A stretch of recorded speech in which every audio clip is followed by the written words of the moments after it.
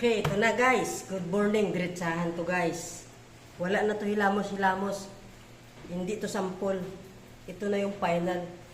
Ha? Final na to.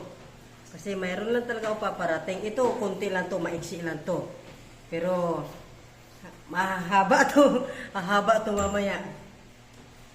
Bago ako makaumpisa ng mga gawain ko guys, no? Marami akong gagawin. Pero, uunahin ko to talaga. Kasi baka mamaya, hindi naman ako makagawa. Ito, hindi to sample. Ito, final na to. Ayoko sana makapagsalita ng hindi maganda eh. Pero talagang nasasabihin ko, medyo hindi ito maganda. Kasi una pa lang, okay, doon sa babaeng, puro kaliwa yung mata. Puro kaliwa yung mata. Ha? Ang dami-dami mo sinasabi. Naguguluhan na sa yung mga galamay mo. Sa totoo lang. Doon tayo sa maiksi. Sa maiksi lang tayo. Diretsahan to ha. Ayaw ko nang paligoy-ligoy pa. Doon tayo sa maiksi. Iniisip ko lang talaga kung bakit ka ganyan, no?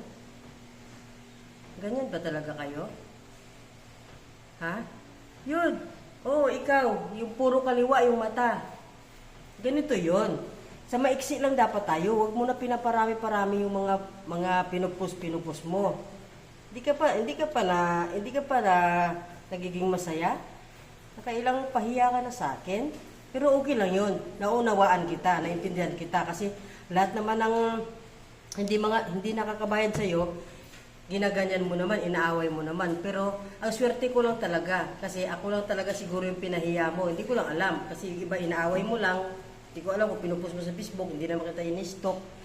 Pero, sasabihin ko sa'yo, ang dami-dami mong sinasabi talaga.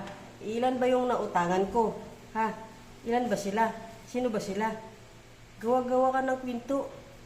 Hindi mo naman alam yung totoo. At tagal-tagal na noon, pero doon sa hiniraman ko, yung sobrang tagal na nung sa Davao pa ako noon, tagal na yun. Sabihin ko sa'yo mamaya, mayroon ka rin mamayang linya. Sasabihin ko, buo, simula, bata pa tayo, hanggang nag-end tayo na, nagtalo-talo tayo sa chat dahil lang dun sa kasama mong lalaki. Yan yun. Mayroon ka rin mamayang linya. Dito muna tayo sa babae na puro kaliwa yung mata. Ito lang sasabihin ko. Dapat, dun lang tayo sa pakiusap ko sa'yo. Di ba? Huwag mo sabihin na ang tagal-tagal na yung utang ko sa'yo, hindi ako nakakabayad. Sobra ka naman. Di ba, kung kailan ako nag-start, kunyari, sabihin natin nag-start ako noong January, February, nagbabayad ako. Pero hindi buo, kasama yung tubo. Huwag ka puro salita ng salita, gawa-gawa ka ng kwento. Naguguluhan na sa'yo yung mga galamay mo. Grabe ka. Ganyan ba talaga katuyot-tuyot na yung utak mo? Di ba? Nagbabayad ako ng tubo, 20% yun. Buwan-buwan yun, buwan-buwan. Kasama yung kunti mong kapital. Huwag mong sabihin na, ang tagalan ng utang ko, hindi ako nagbabayad. Negosyo mo yun, di ba? Negosyo mo yun. Eh kung hindi ka gumanyan, dapat malaking-malaki na yung nakukuha mo sa akin sa 20% buwan-buwan. Okay, diretsahan na tayo. Nag-stop ako doon sa April. April yun ata, di ba? Basta, April. Yung April lang. Sabi ko, Met, hindi mo na ako makapagbigay ngayon. Dudublihin ko sa susunod. O, di ba? Kung hindi ka nagwala, edi sana nadubli yun. Laki sana nang nakuha mo. Kasi 20% wala yun sa akin. Pera lang yan. Kasi ako naman may gusto eh. Tsaka, sabihin natin, nakakatulong ka naman.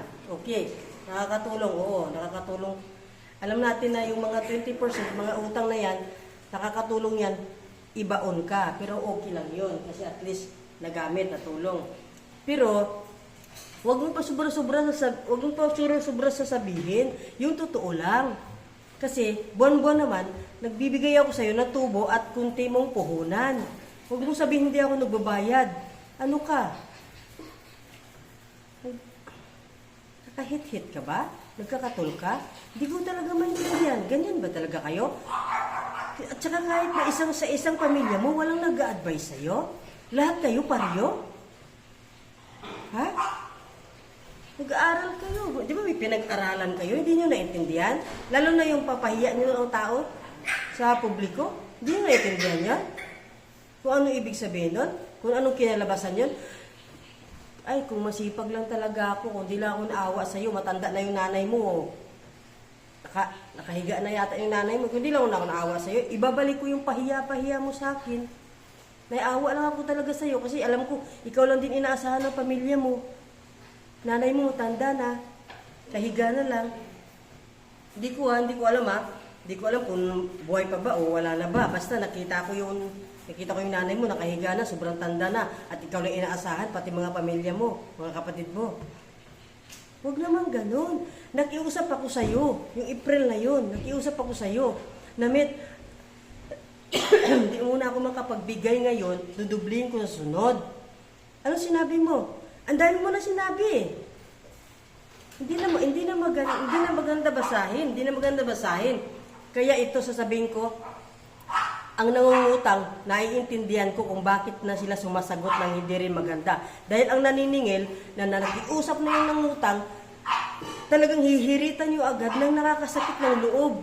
Grabe, sobra. Nag-ampo na nga nakikiusap na nga nagmamakaawa na nga, hihiritan pa talaga ng sobra. Kung mayroon naman, hindi magbabayad. O, yan. Ha?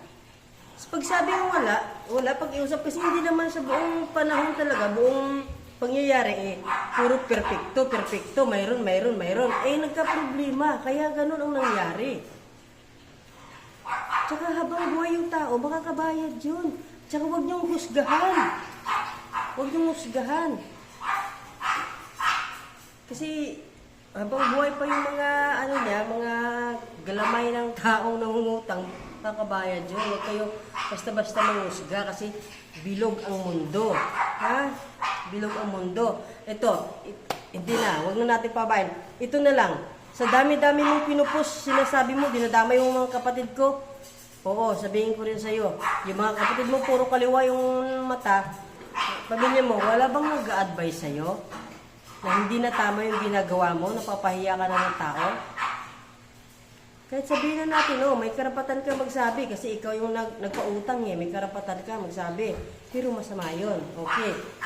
Nagkaroon ka ng kasalanan tuloy. Pati yung mga galamay mo, nagkaroon ng kasalanan. Lalo na yung sabi na scammer ako. Ate, in-scam ba kita? Hindi nga kita kilala. Kilala mo ako. Tanong mo pa sa buong barangay natin. Isang barangay lang naman tayo Tanong mo sa kanila dun lahat. Kung pala utang ba ako. Kailan naman ako nag-start ng hiram Doon sa sinasabi mong taga-crossing. Tapos na yun, saglit lang yun. Bayad na yun. Kasi hindi nga. Pag nagsabi ka ng ganitong araw hindi nga nagawa kasi nagka-problema. Ganon, may sinasabi na hindi maganda. Pero hindi ko na inulit yun, hindi na ako umulit doon. Bayad na yun, tapos na yun.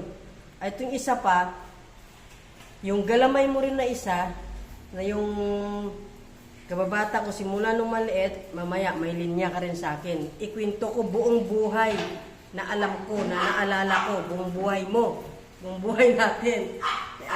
May linya ka rin mamaya. Okay, babalik tayo dun sa babaeng puro kaliwa yung mata. Alam mo, dun tayo sa pinakalas kong chat sa'yo. Diba? Yung April, nagsabi ako sa'yo, na hindi mo na ako makabigay ngayon, dudublin ko sa susunod na buwan. Sobra ka na, ang dami mo na sinasabi. Sabi mo pa, sige, hindi ka magbigay, magkita na lang tayo sa kurti. Kurti agad. Tapos, sabi ko, di ba, nagmakaawa ako sa'yo, naghingi ako ng pasensya sa'yo, lahat-lahat na, hiningi ko na. Hindi ako nagsalita ng hindi maganda sa'yo. Kasi siyempre, pakumbaba ako kahit na wala akong kahit na sa ibang mga tao, kahit na wala akong kasalanan, tapos, yun nga, kailangan ko magpakumbaba. Yun na naman ang hawak-hawak ko lagi, magpakumbaba, di ba? Unawain na lang kasi mas basa yung utak ko kaysa sa inyo. Kasi sa inyo, mga tuyot na, ganon. Mga tuyot na yun. Unawain ko yun. Naintindihan ko kasi ugali nyo yan Ugali nyo yan. Kaya intindihan na lang kaysa naman patulan ko pa kayo, Ito yon. Di ba? Nagmakaawa ako, naging ako ng pasensya, na dudublin sa sunod, hindi ka nakinig, ang dahil mo sinasabi. Nagulat ako, kinabukasan nun, pinus mo ako, minensyon mo pa ako, di ba? Isa na yon, mali na yon. Okay, sabi natin, wala na yon, mali. Pinahiya mo ako agad. Anong sabi ko sa'yo? Ha? Dapat ito ang sinasabi mo, ito ipupus mo, yung huling chat natin. Hindi yung dami-dami pa sinasabi, dami pang dinadamay. Nagugulo na yung mga galamay mo sa'yo. Yun lang ang huli. Yun lang ang gusto kong huli. Ipus mo. Ano sabi ko sa'yo? Met, i-block muna kita at i-unblock na lang kita pag may pangbayad na ako. Nagpaalam ako sa'yo na i-block muna kita kasi pinahiya mo ako. Naintindihan mo? Hindi ko alam, ang puro yabang mo. Gusto mo suntukan tayo? Ha? Tayong dalawa lang. Mayabang ka lang naman kasi, dahil mong galamay, pero hindi naman ako natatakot, pero ayaw ko ng gulo. Pero kung suntukan lang, magpirmahan tayo, bawian ng buhay, Gusto mo, tayo dalawa, mano-mano lang. Naghahanap ka lang ng mga tao, Papansin ka lang, Alam ko naman yun. Kasi wala ka naman mga friend kasi inaaway mo nga, Wala ka naman mga kaibigan talaga. Tsaka itong mga galamay mo, hindi mo naman yung mga close friend, Nakikisaw-saw lang yan talaga sila, Pero mayroon ka rin mamaya. Buo, lahat ikwento ko. Ha? Hindi ako sinungaling. Alam mo yan. At saka kilala ako. Kilala sa buong lugar natin. Ha? Hindi ako masama. Hindi ako sinungaling. Ikwento ko lahat yung buong buhay mo. Yun lang sasabihin ko sa'yo, ha? Yung puro kaliwa yung mata. Ha? Yun ang pinakahuli kong chat sa'yo. Huwag mo sabihin na may utang ko sa'yo, block kita kasi hindi ako magbabayad. Hindi yun. Magbabayad ako. Iyon ang sabi ko sa'yo, na i-block muna kita, i-unblock na lang kita pag may pangbayad na ako. Kasi pinahiya mo ako, kinabukasan nun. Hindi mo pinakinggan yung paliwanag ko, yung panghingi ko ng pasensya. Isang beses lang Isang beses lang. Buwan-buwan, nagbibigay ako sa'yo ng tubo, pati kung puhunan. Huwag kang magsinungaling, gumawa ng kwento, mahiya ka naman sa balat mo. Grabe ka. Ayan, inuuna pa kita. Dami kong gagawin, Ha? Ano ba yung mga alaga mo ditong mga aso? Tapos ito pa, yung stress ka, yung mga bagay na hindi mo na nagagawa, sinisisi mo sa akin. Huwag ganun. Kung pinakinggan mo lang ang una-una kong paliwanag sa'yo, ang una-una kong pahingi ng pasensya sa'yo, hindi ka nababaliw ngayon.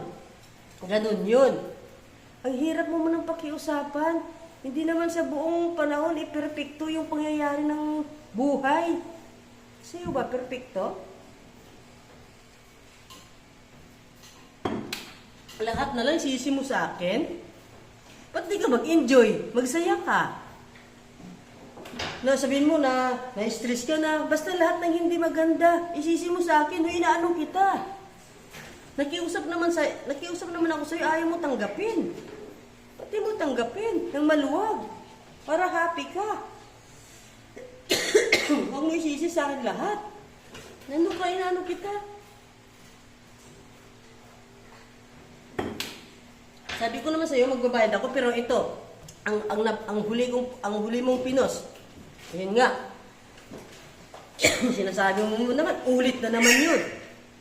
Inuulit mo na naman yung post mo na may utang ko sa'yo, na-block kita, 1 taon na.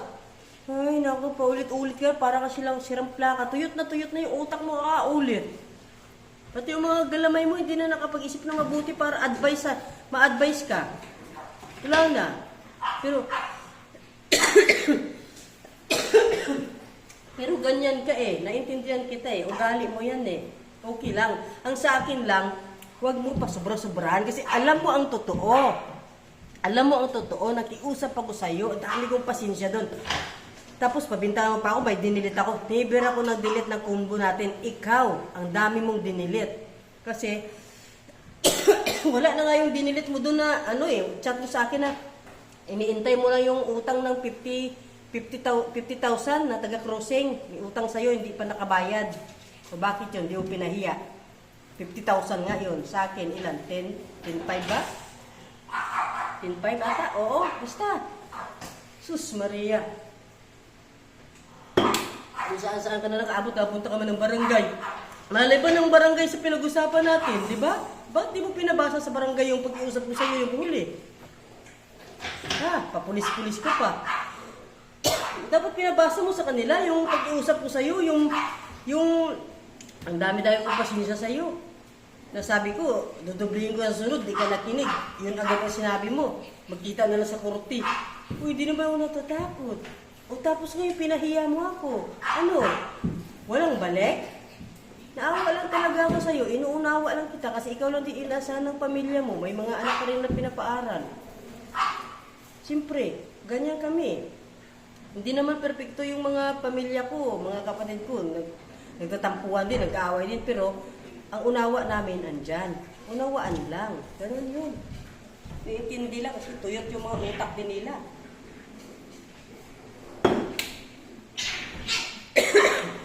Yun lang ang ano ko talaga sa iyo, ha? Tapos sabi ko pa, 'di ba? Tama na yung kakapos ng pus. Kasi magbabayad naman ako, mag-antay ka. Hindi naman araw-araw dito may income, buwan-buwan. Nung huli kong sahod, kasi puro nga ako may advance, maliit lang nakuha ko. Kaya binayad ko muna sa iba. Itong plano ko, magbibigay na sa'yo. Pero anong sabi mo sa post? Sa post mo? Abuloy mo na lang sa akin. Ha? Abuloy mo na lang sa akin. Tama ba yon? Hindi ka na maniningil. Hindi mo na singilin. Aw. Sige. Pero magbabayad ako. Pero kung maniningil ka, bibigyan naman kita pero hindi buo. Kasi sobra-sobra yung pahiya mo sa akin. Pero ako magbibigay ako. Hindi ako nagtatago. Huwag ka lang ng dami. Tapos, sabihin mo pa, baka marami pa akong ma-scam. Hindi yun. Hindi naman ako mag-scammer, hindi ako magtatago. Marami pa rin nagpapahiram sa akin, pero ayaw ko. Diba? Manghiram ako, ibayad sa'yo. Gagawin ko yun, kaya ko naman yun, pero yun doon sa ginawa mo, agad-agad, kinabukasan, ginanon mo ako, pinaya mo ako, wala na. Maghintay ka na lang unti-unti, pero sabi mo nga, hindi ka na maningil, abulin mo na lang sa akin, kahit magbayad ako, hindi mo tatanggapin. Sure ka? Bayad sana ako sa itong sahod ko, kasi yun na yung nakaplano. Bahala ka kung ayaw mo tanggapin. Basta ako, yung sabi mo na magipag-usap ako, magipag-ukyan ako. Hindi ako galit, sinasabi ko lang, pero ayaw ko na yung maging okay pa, magbati pa, hindi na. Kalimutan ko na kayo. Hindi ako galit, sinasabi ko na yung linya ko kasi sobra-sobra ka na. Yung totoo lang. Huwag mo nang pasobra-sobrahan yung kwento mo. Ay, kwento mo yung huli kong chat sa'yo. At yung mga pakiusap ko. Kung tinanggap mo lang yun, hindi ka nahirapan, no? Tsaka huwag mo ako sisihin sa lahat ng mga problema mo, ha? Kasi hindi lang naman ako nangutang sa'yo, eh. Marami naman, eh. Ako lang yung swerte. Ako pa yung swerte. Ako naman hindi pala utang, no? Pero naswertehan lang talaga ako, no? Naswertehan ako sa malas. Okay na. Nangatin na yung lalamunan ko. Yun lang, ha? Sige, kung mayroon pa ulit, dagdag. May dagdag pa ako.